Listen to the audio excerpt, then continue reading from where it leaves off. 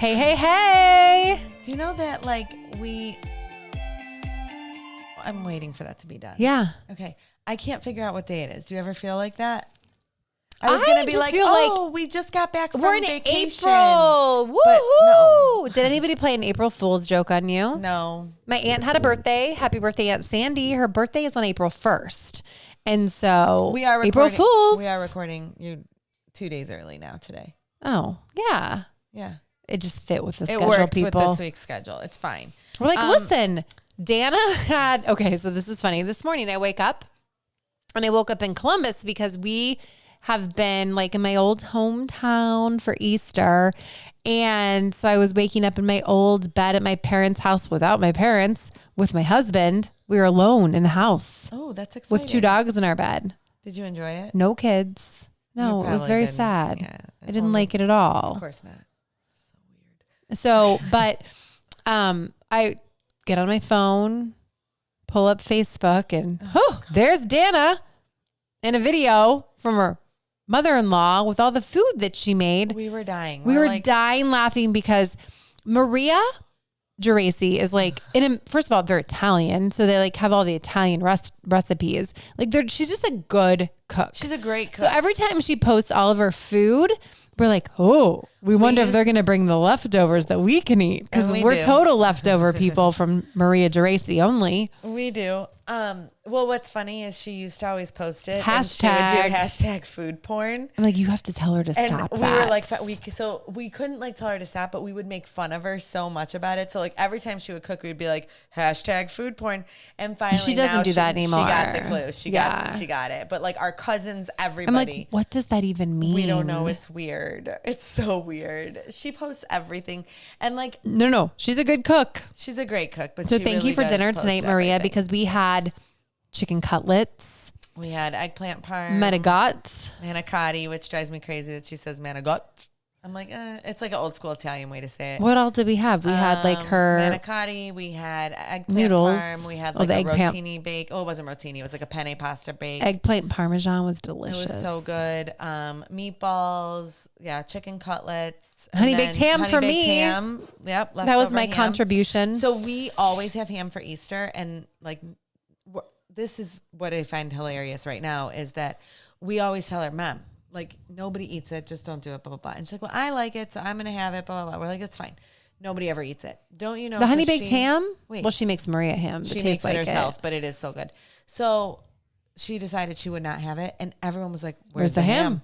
She's like, you guys say you don't want the ham, so I didn't do a ham. What did Maria make for dessert? Okay, so not that you could have room for dessert because of all the other food. So for Easter, traditional Easter for Italians, so this is actually really funny. It's something called a chidone. Now, if you look up a chidone, it's a meat pie. It's not a chidone. But what she makes she calls is it not right. So in like old school, like off the boat Italy, they call chidone is actually like an Italian cheesecake, and it's ricotta cheese with sugar and egg and like a little bit of lemon, whereas like a regular cheesecake would have cream cheese. Mm-hmm. It's literally the only difference is it replaces the cream cheese with ricotta cheese. And so she makes that, but that's another thing we like to make fun of her about, because we're like, this is not a chidone. A chidone is a meat pie, like if you Google it. But then like everyone that we know that is like a little bit more old school Italian, like if you ask them, like people that we're not related to, like just friends of ours and stuff, they're like, oh yeah, it's Italian cheesecake. So like everybody knows, but we will look for any reason to kind of bust on her a little bit. But so she made that.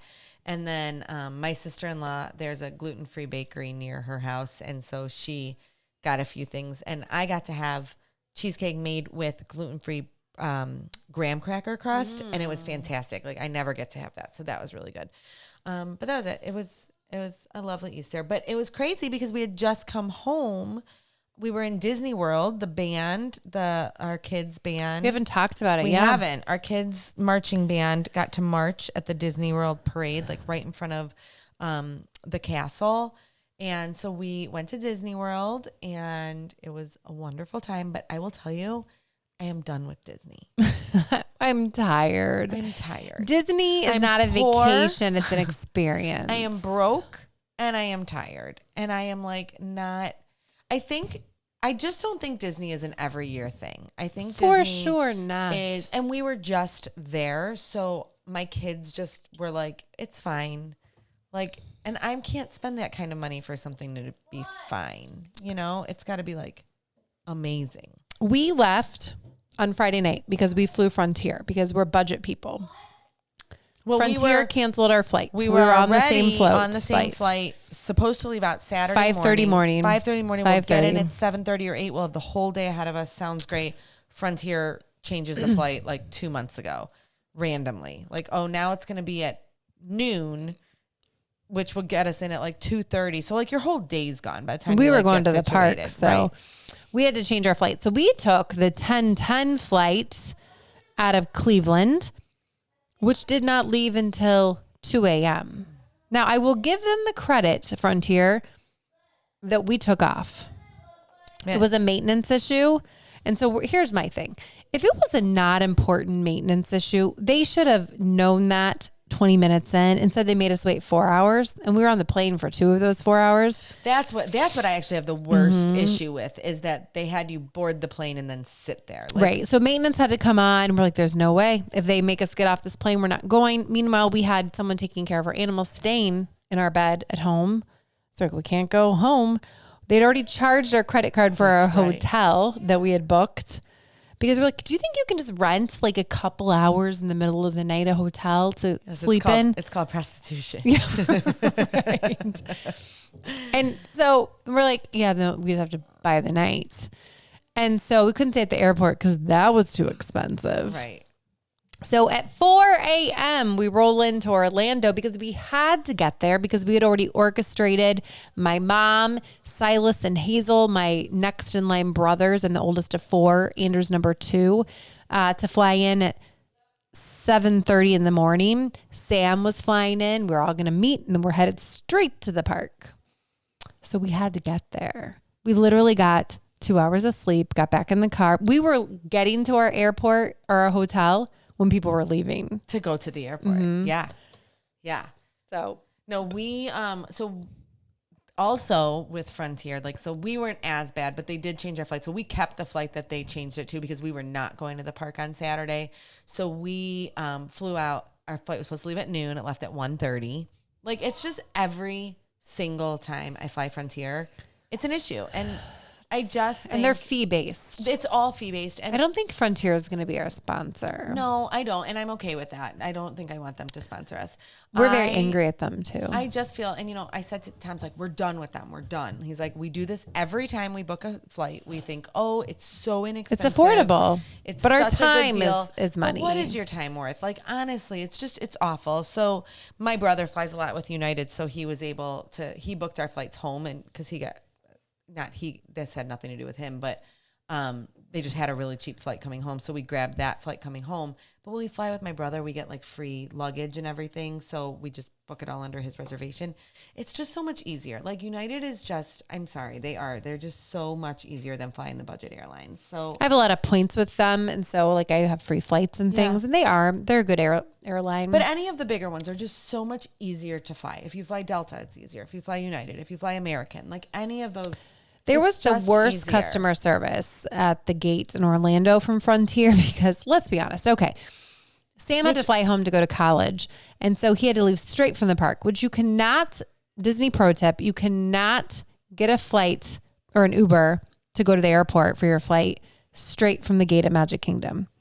No Ubers allowed. You have to go to tickets and transportation. We did not know that, so we had to get a locker to put all of his stuff in, but he is a big Star Wars fan and made this fancy dancy. We had an appointment for him to make this lightsaber, which I don't want to know what it costs, but it was expensive. But here's the thing. Every kid makes a lightsaber or a droid. I promise you. My nephew made a droid this time. My son made a droid last time. Like, every kid walks out of the park. It's not the $44 one. No. We made the $200 droid. Oh, thank you. Yeah. Okay. I'm familiar. But my point is, at least a droid like fits in your. It's still a carry-on. It had to be a carry-on. It's in its own box. And every airline is fully aware that a kid coming out of Orlando, somebody 9 times out of 10, you're going to have some random huge carry-on. So Bill asked at the gate because it's cheaper to pay for a checked bag than it is a carry-on. On Frontier. You're allowed your personal item. Asked at the gate. Oh yeah, totally. You can carry that on. You're good to go. Checked our 2 bags. Get to the gate, ready to board. Not a nice lady working the gate. They never are. Sir, step over here. You're going to have to pay to have this as a checked bag. Excuse me? You know, Bill is like Mr. Patient. Yeah, he does not fight anybody. And he's like, no, I've talked to 3 different people and they said it's fine. And she was nasty. 90. So not only do you pay for a checked one, they upcharge you at the gate. So it's totally, I feel like it's a scheme. They have you. What else are you going to do? Oh, they slammed the door shut. Yeah. Frontier. You kind of sucked in Orlando. Yeah. Slammed it and said, you either check it or you miss your flight. And she shut the door. And not only did she shut the door, she slammed the door. Then after he paid the $99, we went in, she slammed the door again. Yeah. I find it to be whoa. appalling. It was very rude. Very, very rude. Shame on you. And just get it together. We're like, if you had to check it, we would have checked it. Don't try to make more money. And then there was a poor teenager behind us.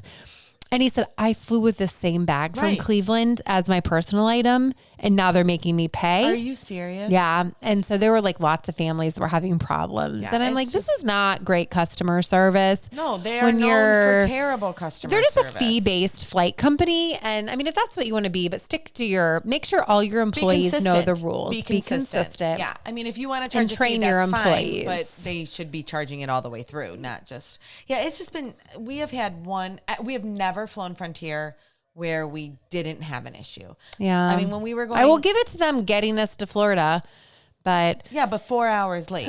We were laughing. We get off the flight. And there were a lot of people we knew on that flight too. Yeah, so we were all just hanging out together. We got off coming home. We flew United home and we get off the flight and we didn't land until 10:30 in Cleveland. Well, no, it was like 11. We got delayed. Yeah, that's what it was. It was 11 when we landed.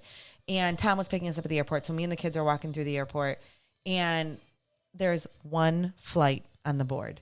One flight at 10:30 at night. And it's a Frontier flight to Orlando, delayed. And I could not help but laugh. I'm like, of course it's delayed. Yeah. Like, of course. It's a little rough. It's just, they don't do good business. And so I think we're just done with them. Like bad not taste worth in our the mouth. time. It's not worth it. I'd rather pay, $50 or $100 more a ticket to just have an easier time and not stress. It's always like, are they going to change it? Is it going to go okay? Yeah. So we've dealt with this on multiple vacations, them changing our times after we booked what it was. So what we're finding out, we have a friend of a friend works for a different airline and they said that they are known for overbooking flights and then they create new flights after they just let as many people buy the fare and then they create new flights and fill them with those people. So they just, they do it with full intent of changing doing it. They know they're going to do it. Yeah. So it's just not right. It's bad business. Anyways, moving on. We had a great trip though. It was we so did. nice. Silas and Hazel went to Disney World for the first time and it was fun. They were ages 9 and 11. We had a great time with them and it was just fun. Yeah. It was very cool.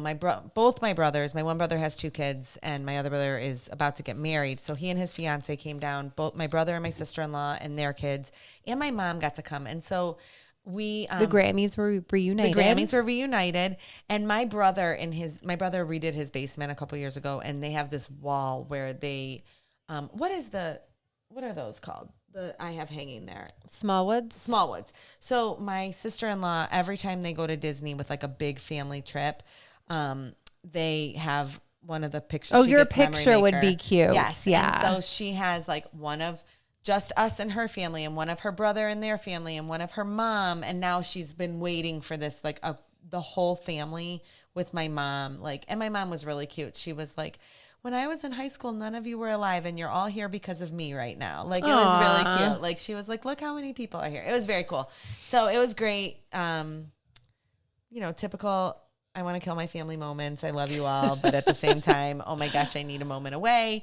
But overall, it was such a nice trip to get away, but just not relaxing. So no, but Disney isn't. We walked about 10 miles a day, our watch said. And I'm like, how can you walk 10 miles a day and still and function, gain weight? What Tom said he gained 9 pounds. Well, Tom would lose it in one day, and he did already. But we went after Disney. Tom flew home because it's tax season and it's not good for him to not work right now. So he flew home and the kids and I stayed with my brother for 2 extra days and we went to a Marriott Vacation Club resort for 2 days in Orlando. Our kids rode the bus home. Yeah.